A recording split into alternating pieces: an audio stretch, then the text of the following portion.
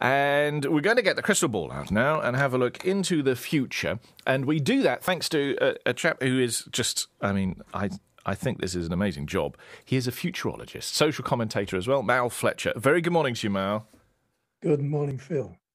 And are you well? How was 2021? Yeah, it was a busy year, and a lot of people were thinking about the future, predictably, weren't they, with COVID being what it is. But look, in all, I'm very grateful that our family are well, we are well, and trying to map our way forward from here. Yeah, I think because we tend to do this once a year, don't we, Mal? I think when we get the crystal ball out and start to look ahead, it's very tempting to then go and tick some boxes and to say, so how well did it go? How predictable was this year? Because I think we were trying to be very optimistic this time last year and maybe hope that the pandemic wasn't going to keep its claws around us. But, that didn't really work out like that. So was this whole last year predictable, do you think? Well, the future's never totally predictable, Phil, is it? Let's be honest. I mean, the future is a foreign land to us. But the near future is never totally unrecognizable. And this time last year, I remember talking to you about some issues regarding the year ahead, which have actually panned out. I mean, the fact that, for example, travel will not get back to normal until at least 2020, late 2022, possibly early 2023. So there's some areas where, I think we could be fairly certain in what we were saying, and other areas where that any scenario planning that you present is somewhat up to the gods, really. A bit risky. Could go any way, all that kind of stuff. How do you do this? What are you looking for? Do you spend your time... Yeah, just explain the work of a futurologist first. So how are you trying to get all this information together to make the predictions? Yeah, well, there's no crystal balls, obviously, but what we're doing is taking large amounts of research into present shifts, whether it's in technology, social values, ethics, communications, and so on, combining that with a fairly solid understanding of what's come before. So, we've got people work with us that are very good in the historical sense. And then from that, you're able to, with some confidence anyway, extrapolate into the near future. I stress the near future because beyond that, it becomes science fiction. And, we're talking not about predictions as much as scenarios, possible likely scenarios. So if we continue along this route in technology, for example, and in this area of technology, this is where it could take us over the next year. So that's really what we're doing constantly all the time. Yeah. When we build into this, the pandemic, I wonder whether two things might be happening. That in some things that we are used to, things changing quite quickly and moving on and progressing, that may not be happening so much. And then in others, maybe even vaccine development and things like that, actually maybe we're rushing faster than we might have done in the past. How is that panning out? That's always the case, Phil, actually. In some areas, you'll get a lag. It won't move as quickly as some might expect. In other areas, it's quite rapid. I mean, you mentioned vaccine development. We will see this year, I think, new vaccines that can be delivered via skin patches. At least one company is working on a vaccine right now that could potentially treat any COVID variant. And others are looking at adding the flu vaccine to COVID jabs so that people need fewer injections. That'd be good. But I think we'll also see developments in vaccines like HIV, for HIV and malaria. That's already been in process for a while, but COVID has sped it up. And let's not forget too, we need to do a lot more this year, and we will do more to get vaccines to the 98% of people in low-income countries who've not even received one dose of a vaccine. So it's going to be a big year for vaccine development. I think that's fairly clearly predictable. Yeah. And do you see signs then that is achieved, especially that idea that the vaccine should be available to all? Can you see that actually that work is happening and it is achievable? Yeah, it is happening. It's happening rather too slowly probably at the moment, and I think everybody that cares about it would agree with that.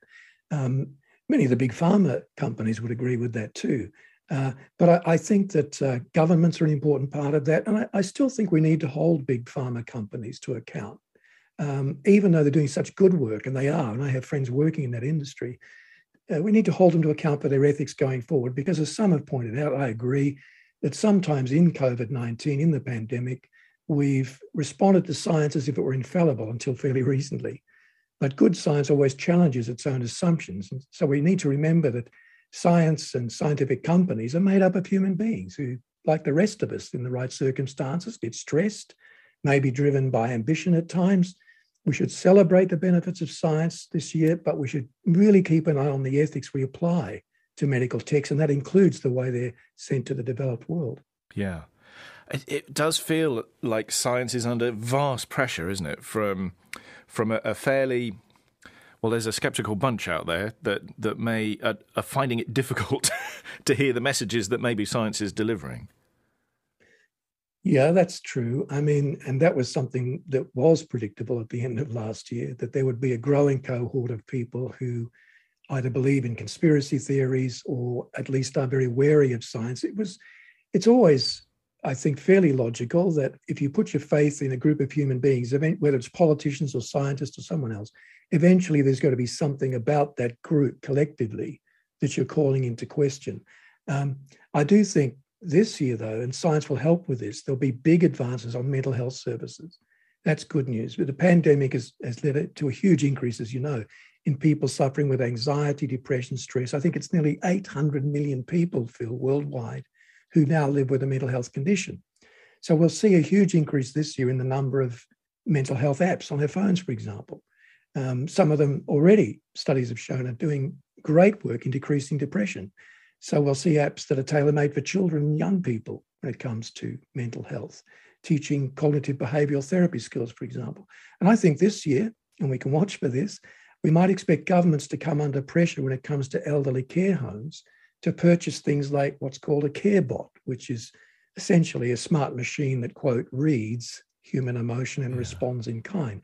Of course, that'll never replace the human touch. You know, machines can't empathize, only human beings can do that. But there are studies that suggest that these devices overseas have helped cut down on loneliness among older people. So science still has a lot to offer. Yeah, we've met one of those here at BBC Radio Oxford, actually, and it feels like it's in its early days, shall we say, that technology. Yeah, but as you say, not these quite things there move on. yet. Yeah. The interesting thing, I think, with the pandemic, one of the many, is how it has changed so fast. Things like the way we are educating our children, and the way we are shopping and things like that as well. It's been quite fascinating. Can we continue to see changes like that coming? Yeah, I mean, education will move in many ways. We probably don't have time to talk about them, but one of them, of course, is the combination of blended education rather than purely online education, which was needed during the lockdowns. I think this year we're going to see greater emphasis on lifelong learning coming to the fore, so that training and retraining become a steady part of our training and working lives. So schools will start to teach, I think, even young children, things like anxiety management, problem solving, and in time transition skills because of the rate of automation that's coming on the back of COVID.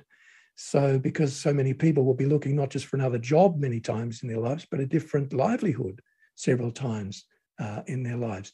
And I think with education, you know, there's going to be a big swing towards alternatives to the traditional university experience. There are a lot of people in Oxford, of course, dealing with this. Students balk at the idea of going into huge debt when they're receiving most of their lectures online. And so people like Sir James Dyson have the right idea, starting his Dyson Institute of Engineering Tech, which trains and pays engineering students on the job. Great opportunity for young professionals to graduate debt-free. And schools like that, I think, this year will start to have more applicants than they can handle. Now, one thing that popped up over the last year, and I know it's been going around a little bit before that, but I think thanks to Facebook suddenly becoming Meta, this idea of the Metaverse, is that still a tangible thing? I don't understand it yet. I'm assuming I'm going to have to grasp it at some point. Is it? Yeah. Does that come up on your radar? Yeah, absolutely. I was doing some interviews recently about it. The idea is not a new one. It's been around for quite a long time, though Facebook would love to claim credit for it. It basically means a unifying application of the internet, drawing together all things digital, say from AI to cybercurrency, games, augmented reality, and everything else. And the starting point might be what I've have called sociable media, the next iteration of social media, where you and I can put on a VR device. And it's starting to happen with Meta now, with Facebook now. People can sit in a room chatting to each other's avatars, feeling like they're actually there. And on the plus side, that could give us a far greater capacity for mass collaboration on the internet, people working together online to solve problems. But neuroscientists have warned for a while now that a heavy engagement with digital may be rewiring our brains so that instead of using reason and logic, we become hyper emotional in the way we communicate. And that's already happening, we know, with social media. Yeah. So that could be supercharged with this metaverse concept. So there's pros and cons with it all. Yeah, really fascinating. Mal, we're out of time. We'll need to pack away the virtual crystal ball again for a little bit. Just so for 2022, have you got a single thing that's going to dominate? Is it the pandemic still? Is that still going to keep doing what it's been doing for the last 2 years now? Yeah, I think that COVID will have a long tail. Its biggest impact, I think, has already come. And we're living on the back of that now with Omicron. And I'm not an epidemiologist, I don't claim to be, but I think it's going to have a long tail in much the same way that the Spanish flu did 100 years ago. But I think one of the other things that's going to hang around and was here before the pandemic, but sped up as a result of it, is the whole issue of cash and cashlessness. And we were just not debating the downsides of a fully cashless society. Things like digital debt, identity fraud, data outages. Yeah. And what comes next? We've moved from cash to credit cards to debit to cashless systems on our phones. What's next? Some technologists think it is payment systems built into the human body. Wow. I have concerns with that. So I think that'll come to the fore a little more this year. Yeah, it is interesting. I can't remember the last time I actually had to use cash. So it's, when it gets to that stage where you can pop down to the local market stalls and not need to use cash, things are changing on. That's really fascinating. Mal, thank you very much. And we'll probably catch up with you in a year. It's always guaranteed to be between them. Have a great new year. Take care. Mal Fletcher there, futurologist. And interesting to see the predictions for the next year or so. And, well, he's got good track record with these things, so you can guarantee that's going to happen.